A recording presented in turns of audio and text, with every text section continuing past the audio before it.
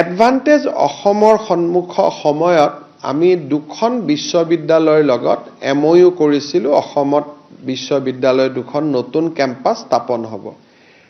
এখন বিশ্ববিদ্যালয় চিপাঝাৰত স্থাপন কৰিব, তেওঁলোকে প্ৰায় 800 কোটি টকা ব্যয় কৰাৰ আমাক আশ্বাস দিছিল। আৰু এখন বিশ্ববিদ্যালয় তিনিচুকীয়াত। এডভান্টেজ অসমৰ দুখন এমঅইউ আজি আমি বাস্তৱলৈ ৰূপায়িত কৰি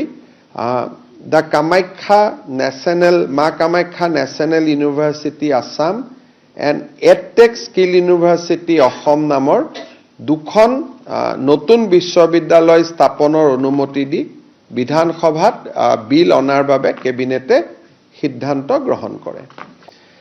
এডভান্টেজ অসমৰ সন্মুখ সময়ত আমি দুখন বিশ্ববিদ্যালয়ৰ লগত এমঅইউ কৰিছিলোঁ। অসমত বিশ্ববিদ্যালয় দুখন নতুন কেম্পাছ স্থাপন হ'ব। এখন বিশ্ববিদ্যালয় চিপাঝাৰত স্থাপন কৰিব, তেওঁলোকে প্ৰায় 800 কোটি টকা ব্যয় কৰাৰ আমাক আশ্বাস দিছিল। আৰু এখন বিশ্ববিদ্যালয় তিনিচুকীয়াত। এডভান্টেজ অসমৰ দুখন এমঅইউ আজি আমি বাস্তৱলৈ ৰূপায়িত কৰি মা Kamakhya national university Assam and edtech skill university Assam নামৰ দুখন নতুন বিশ্ববিদ্যালয় স্থাপনৰ অনুমতি দি বিধানসভাত বিল অনাৰ বাবে কেবিনেটে সিদ্ধান্ত গ্ৰহণ কৰে।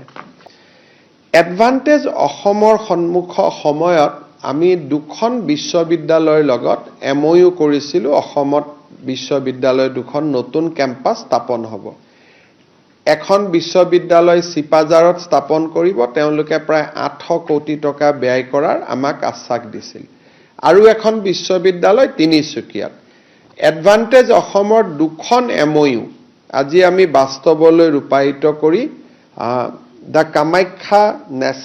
মা Kamakhya national university Assam and edtech skill university Assam নামৰ দুখন নতুন বিশ্ববিদ্যালয় স্থাপনৰ অনুমতি দি বিধানসভাত বিল অনাৰ বাবে কেবিনেটে সিদ্ধান্ত গ্ৰহণ কৰে।